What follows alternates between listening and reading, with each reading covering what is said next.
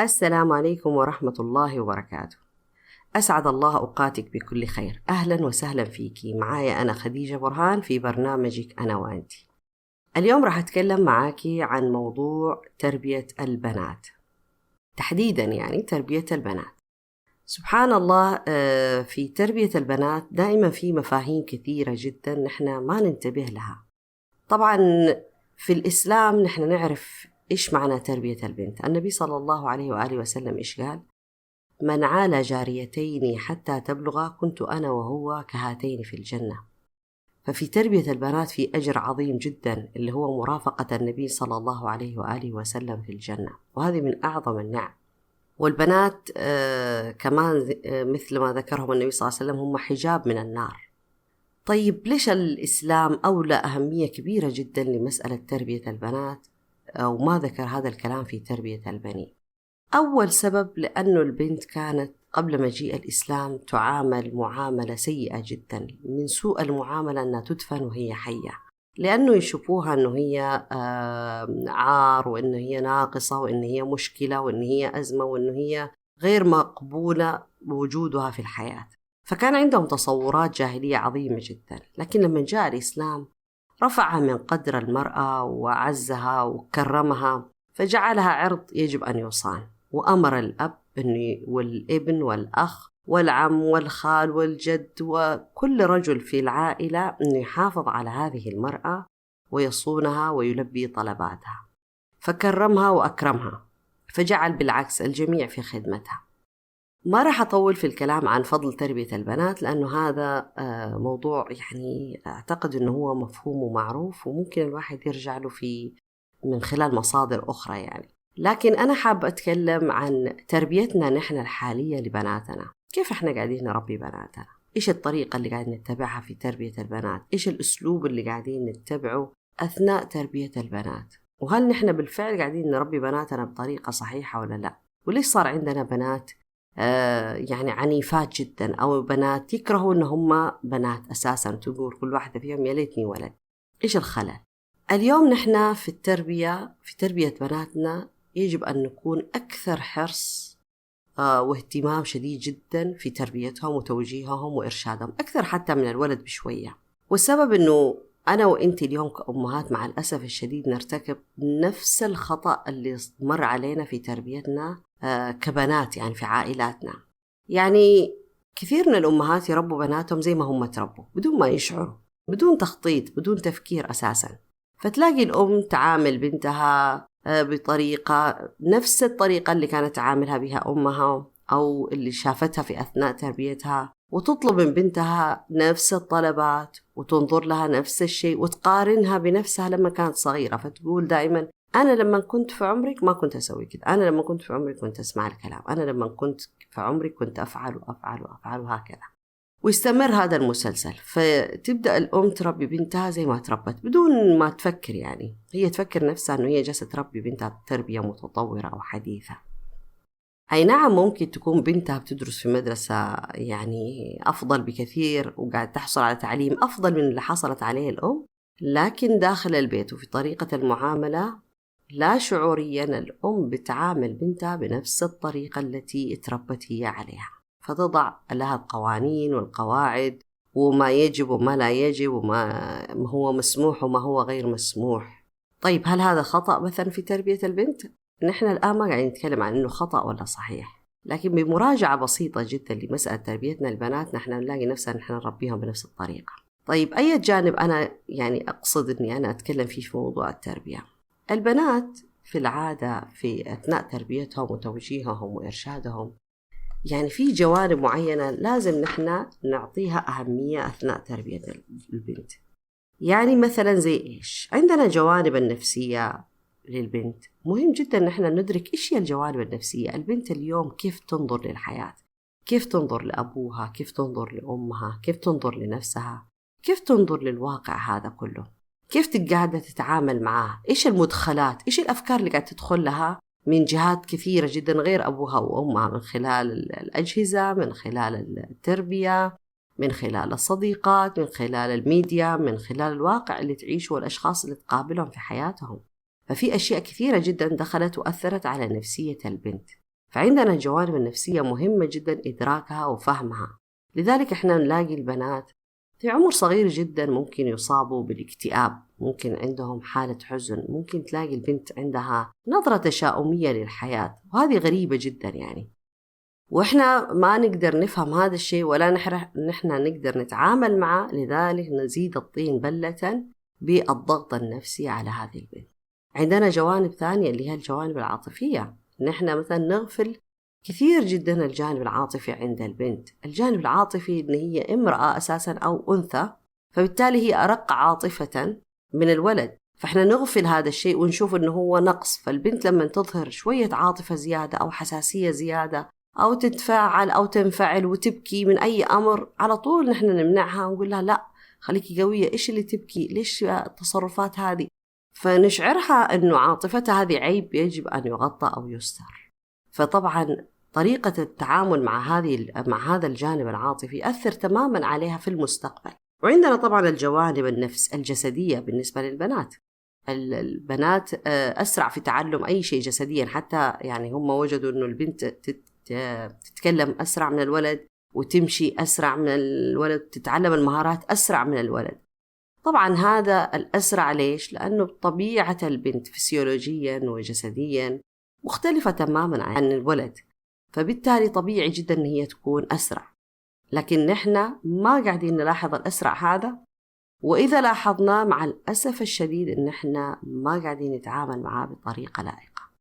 عندنا كمان جوانب ثانية في مسألة تربية البنات. البنت كيف تنظر لأبوها وأخوها في الحياة؟ لأنه اليوم نظرتها لأبوها وأخوها في الحياة هي تأثر على نظرتها للرجال في المستقبل ولزوجها في المستقبل ولطريقة التعامل معه.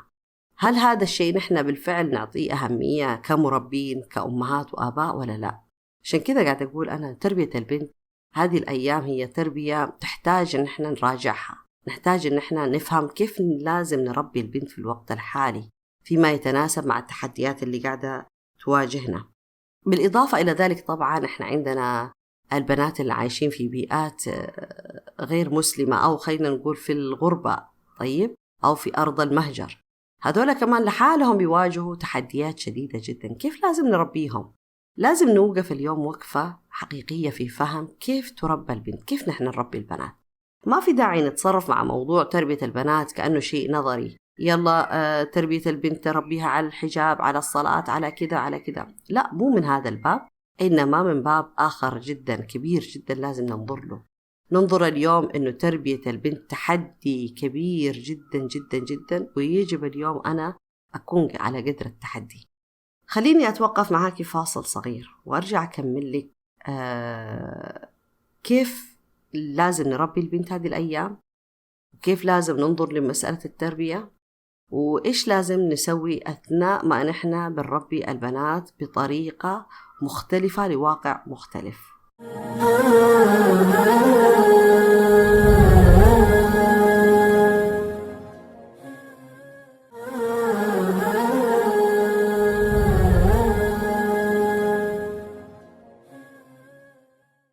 رجعنا بعد الفاصل نكمل موضوعنا الشيق عن تربية البنات. اليوم راح أركز معاك على جانب معين في تربية البنت، ما راح أتطرق لأشياء كثيرة. يعني أنا عطيت بس أمثلة لجوانب معين لازم ننتبه لها، لكن أنا أساساً أبغى أتكلم عن جانب مهم جدا في مسألة تربية البنت. اليوم أنا محتاجة أني أنا أربي بنتي تربية مختلفة لواقع مختلف. يعني إيش؟ هل أنا بالفعل أبغى بنتي تكون نسخة مني في المستقبل؟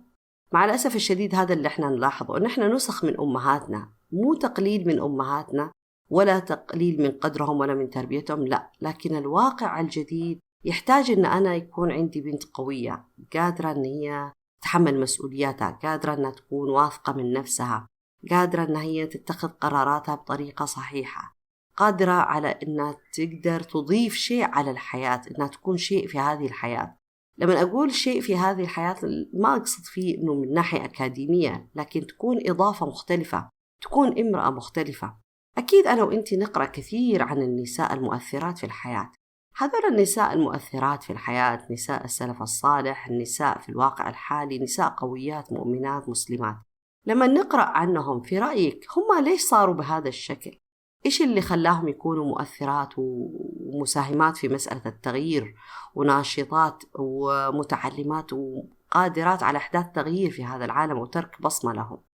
لأنه هدول النساء بكل بساطة قبل أن يكن نساء كن بنات، تم تربيتهم وتوجيههم بطريقة مختلفة، إعدادهم لواقع مختلف، تم التعامل معهم أنهم يكونوا أفضل نسخة من هذه الأم. فالأم اللي جالسة تربي هذه البنت حطت في بالها فكرة أنه تكون بنتها أفضل نسخة منها. إذا كانت هذه الأم اليوم عندها قلة تقدير لنفسها مثلا أو قلة ثقة في نفسها، فهذه الأم ما تبغى بنتها تكون ما عندها ثقة بنفسها، إنما تبغاها تكون أفضل منها حالا، فتلاقيها تعلمها كيف تكون عندها ثقة عالية جدا بنفسها. إذا كانت الأم مثلا عندها مخاوف، فهي هذه الأم لأنها ما تبغى يتكرر هذا الشيء هي منتبهة لهذا الأمر، فتلاقيها أنه هي بتربي بنتها بطريقة أنه هي تكون أكثر شجاعة وأكثر قوة منها. فهي نظرت للمستقبل ودائما تسأل نفسها وتقول ماذا لو عاد الزمان بي إلى الخلف، كيف كنت أنا حكون مع نفسي؟ فشافت نفسها في المستقبل مع اختلاف أشياء كثيرة، فقررت أنه هي تربي بنتها بهذه الكيفية المختلفة وبهذه الطريقة المختلفة. طيب الآن لما نقول نحن أنه نظرتي أنا لنفسي وسؤالي ماذا لو كنت أنا في بيئة مختلفة، ماذا لو تربيت بطريقة مختلفة، إيش كنت حكون؟ تصوري لنفسي في المستقبل هو هذا ممكن يساعدني أنا في تربية بنتي بطريقة مختلفة. فعندنا إحنا في هذا الجانب مثلا عندنا قواعد أساسية لازم نحن نتبعها أثناء تربية البنت، خاصة من الناحية اللي هي نقول عليها نحن من الناحية النفسية والعاطفية. أنا اليوم بنتي لما تكبر راح تخرج للحياة وراح تكون أكيد زوجة وتكون أم. طيب إذا صارت زوجة أو أم، هل أنا أبغاها تكرر نفس المسلسل اللي أنا عايشة فيه في هذه الحياة؟ هل أبغاها تكون نسخة مني ونسخة من حياتي ونسخة من تجاربي، نسخة أخرى مني في بيت ثاني في طريقة التعامل مع هذا الرجل في تربية الأبناء، ولا أبغاها تكون مختلفة؟ نحن أكيد كثير من الأمهات يبغوا يكون بناتهم مختلفين، لكن ما هم عارفين كيف يقدروا يخلوا بناتهم مختلفين. فاجتهاد المرأة وصل فقط أنه خليها تحصل على تعليم عالي جدا وبعد كده هي راح تكون إنسانة مختلفة. مع الأسف الشديد هو ما بيتغير شيء، يعني هي تبقى فقط في التعليم العالي، لكن التربية الأساسية والبذور الأساسية ما وضعت في داخلها بطريقة صحيحة. خليني أرجع معاكي وأقول لك إيش هي القواعد الأساسية اللي أنا لازم أنتبه لها أثناء تربيتي لبنتي، بغض النظر عن العمر اللي أنا راح أبدأ فيه.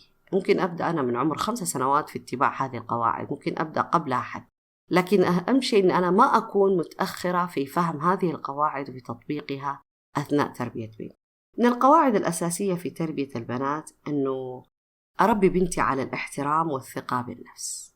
احترامها لنفسها دليل على ثقتها بنفسها. إذا احترمت اليوم البنت نفسها وعلمتها احترام نفسها، معناها هي راح تطالب دائما الجميع أنه يتعامل معها باحترام وليس بحب.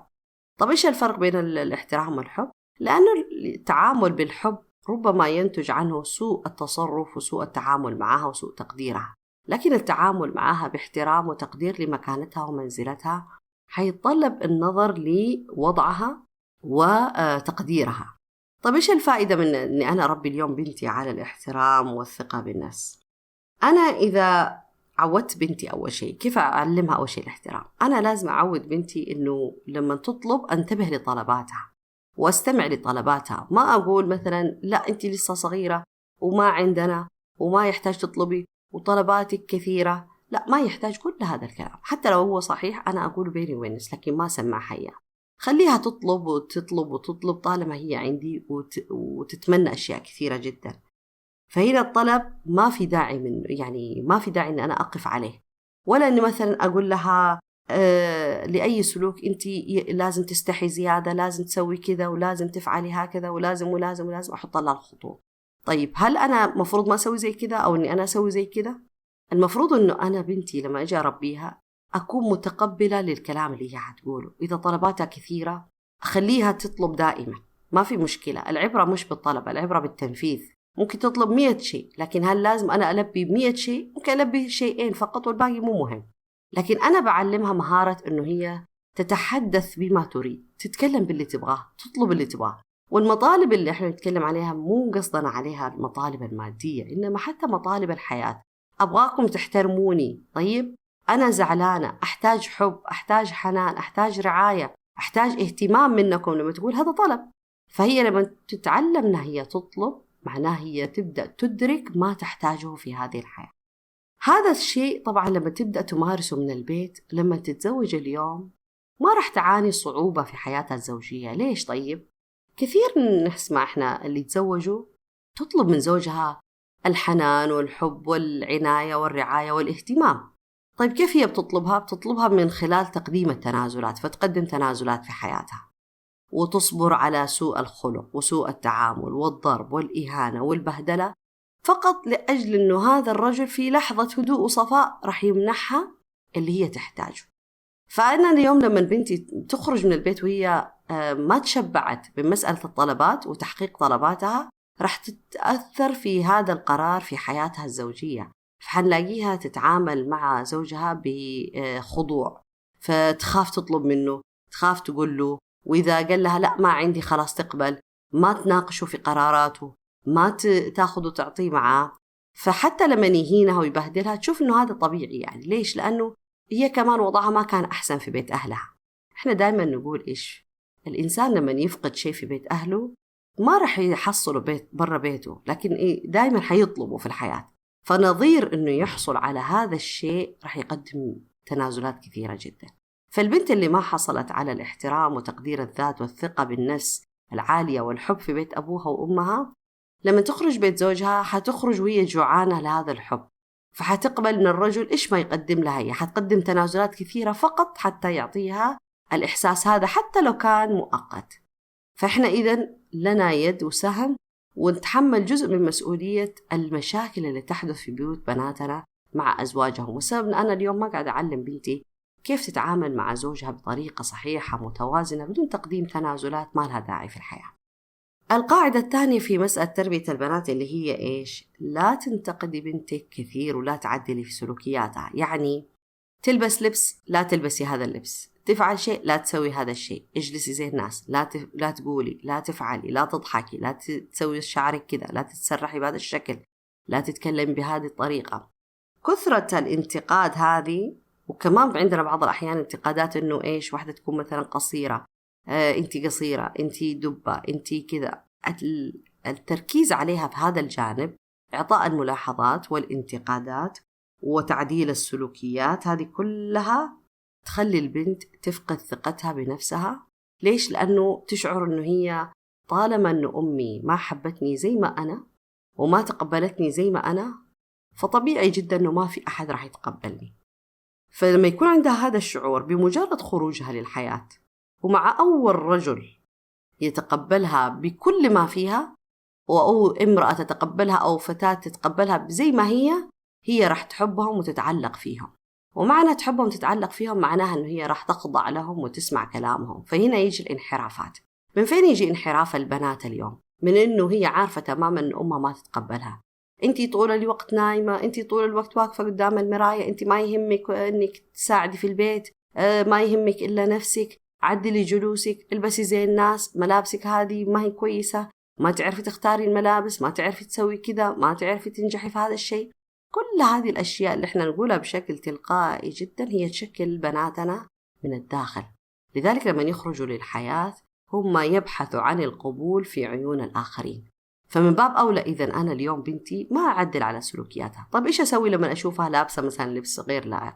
أقدم اقتراح، لكن أنا ما أعدل. أقترح عليها إيش رأيك لو تلبسي هذا الشيء، لأن المناسبة اللي احنا رايحينها تحتاج لبس مختلف شوية، يعني بهذا الشكل.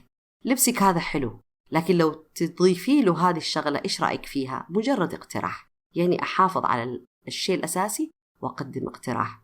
طب إيش الهدف من هذا كله؟ الهدف فقط أني أنا أوري بنتي أن أنا أتقبلها زي ما هي، حتى لو هي إيش ما تكون أنا أتقبلها. وجهها مليان حبوب ما عندي مشكلة، ما أجلس أعلق على الحبوب اللي في وجهها. عندها شيء في تصرف في حركاتها ما أعلق عليها. كثرة التعليقات هذه تأثر ترى نفسيا في نفوس بناتنا. والله في بعض البنات ما شاء الله تبارك الله يكبر جسمهم بسرعة، فتلاقي الأم تستحي إنه بنتها كبر جسمها بهذا الشكل السريع فتنتقدها وتأثر عليها، فدائما تقول لها أنت طويلة، أنت كذا، جسمك كذا وجسمك كذا، وأنت وأنت وأنت وأنت وأنت. البنت تتعامل مع جسدها بكراهية لا شعورية.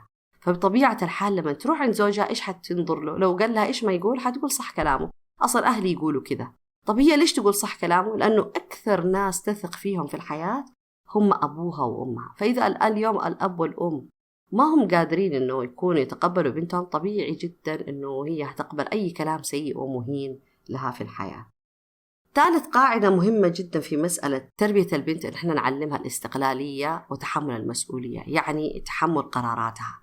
فدايما لازم نسألها إيش رأيك في هذا الشيء؟ طبعا كل شيء نبدأ من عمر صغير. إيش رأيك في هذا الشيء؟ أبغى هذا الشيء، تبغي كذا ولا كذا؟ لازم نأخذ رأيها ونعرفها أنه قرارها في فعل هذا الشيء أو في تركه هي اللي تتحمل نتائجه. مو اليوم بنتي تختار قرار خطأ ويكون في نتائج وأثار سلبية أروح أنا أتحمل هذه الأشياء، معنا ما تتعلم شيء. لما تقول لها تشتري هذه ولا شيء وتختار لعبة مثلا، يعني اختارت لعبة ولما رجعت البيت ندمت وتأسفت ويلا اشتروا لي اللعبة الثانية، لا، لازم أنا أتقبل إنه هي اختارت هذا الشيء وأخليها تتحمل نتيجة قرارها، لأني أنا اقترحت عليها لكن هي تمسكت بقرارها. والله ما أبغى أروح المكان الفلاني، خلاص لا تروحي، لكن لما تروح عليها المتعة لازم هي تتحمل نتيجة أي قرار تسويه. فإحنا لازم نعلمهم من بدري البنات كيف يتحملوا نتيجة قراراتهم ومسؤولياتهم. طبعا لما نبدأ هذه الأشياء كلها في سن مبكرة أنا بقوي عندها الجوانب معينة. حتى لما تتخذ قرار خطأ لازم أسألها على أي أساس اتخذتي هذا القرار، أناقشها فقط.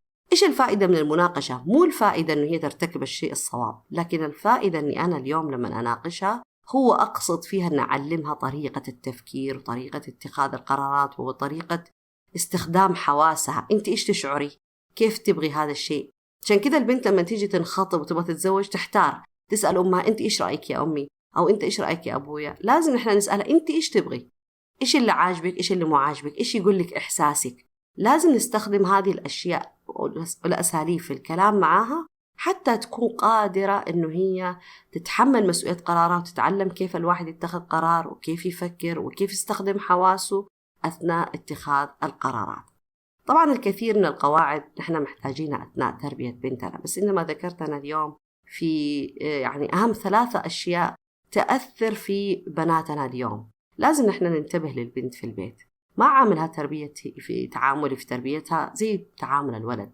البنت تحتاج الدقة في التربية، وتربية يعني في مثل يقول إيش؟ تربية البنت أدق وتربية الولد أشق. البنت أدق ليش؟ لأن البنت عاطفية وعندها كمية مشاعر وعواطف أكثر بكثير من الولد، وتستخدم حواسها وقلبها في اتخاذ القرارات، في الكلام وفي الإحساس بالحياة نفسها. لذلك لازم أنا اليوم لما أربي بنتي أربيها بطريقة مليانة إحساس ومشاعر واحترام وتقدير ومحبة لها أثناء توجيهها وتربيتها. أسأل الله سبحانه وتعالى أن يعيننا على تربية بناتنا التربية الصالحة التي يحبها ويرضاها، وأن يجعلهن جنة لنا وسببا في دخول الجنة.